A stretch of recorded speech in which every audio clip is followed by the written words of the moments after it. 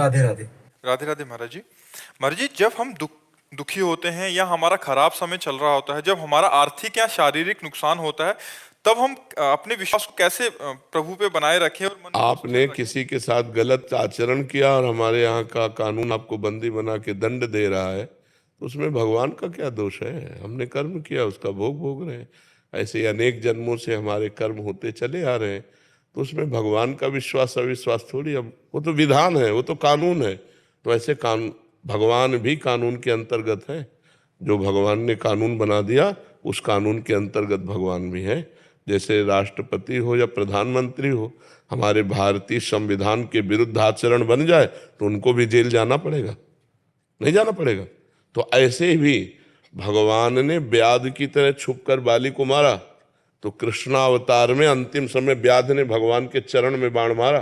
कानून के बाहर नहीं है, जो कानून बना दिया उसके अंतर्गत है।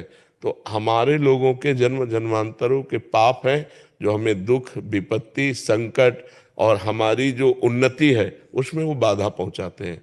उन्हीं के नष्ट करने के लिए तो हम प्रार्थना करते हैं कि नाम जप करो, अच्छे कर्म करो, दूसरों को सुख पहुंचाओ, जिससे तुम्हारे पाप कर्म तुम्हें परास्त न कर पावे।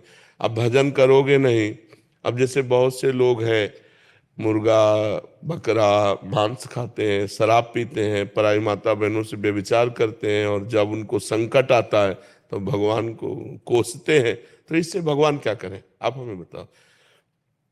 तुम्हें खेती दे दी गई, बीज दे दिए गए, अब बम्बुल बो कि दाग छुहारा बो, ये तुम्हारी बुद्धि की बात है। अब बो बम्बुल और चाहो दाग छुहारा, तो ऐसा तो नहीं हो सकता। ऐसे ही करो कर्म असत पाप कर्म और फल चाहो सुख, तो ऐसा नहीं हो सकता। अच्छे कर्म का फल अच्छा होता है, बुरे कर्म का फल बुरा होता है। वो बुरा कई रूप धारण कर लेता है, कभी अपमान रूप धारण कर लेता है, कभी असफलता रूप धारण कर लेता है, कभी विपत्ति रूप धारण कर लेता है, कभी विनाश रूप भी धारण कर लेता है। उसी से बचने के लिए हम कहते हैं नाम जप करो, भगवान की आराधना करो। तो जैसे मुकदमे में हम हार गए और हमको फांसी की सजा मिली, अब कोई उपाय नहीं कि आपको फांसी से बचाया जा सके, तो एक उपाय है, राष्ट्रपति से क्षमा याचना। तो ऐसे हमारे भगवान हैं, अगर हम भगवान से क्षमा याचना करें तो हमसे माना कि गलतियां हो गई, हमारा बिल्कुल पक्का अपराध है, हमें भोगना भी पड़ेगा, लेकिन भगवान चाहे तो क्षमा कर सकते हैं ना।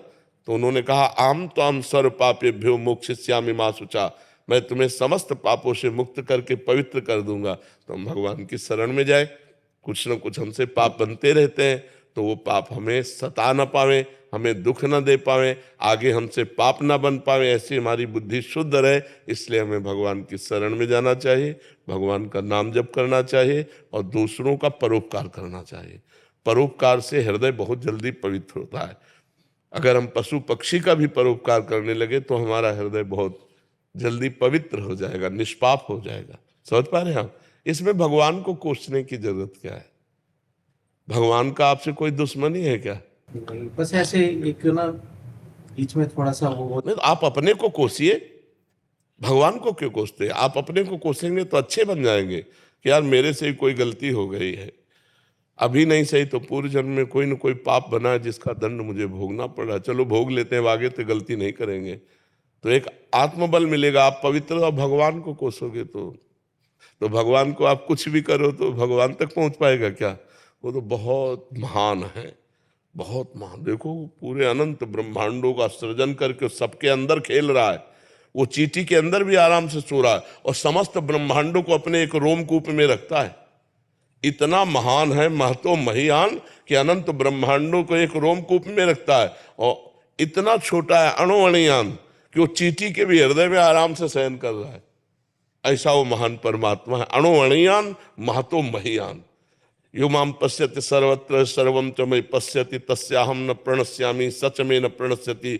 जो सर्वत्र श्री भगवान को देखता है, सबको श्री भगवान में देखता है, वही वास्तविक देखता है। सर्वत्र भगवान सबके हृदय में और सब भगवान के हृदय में वास करते हैं। ऐसे भगवान को हम भला कोस करके क्या प्राप्त कर लेंगे? इसलिए उनकी शरण में जाएं, उनका नाम जप करें और अपने को कोसें कि हमसे कोई गलती हो गई है।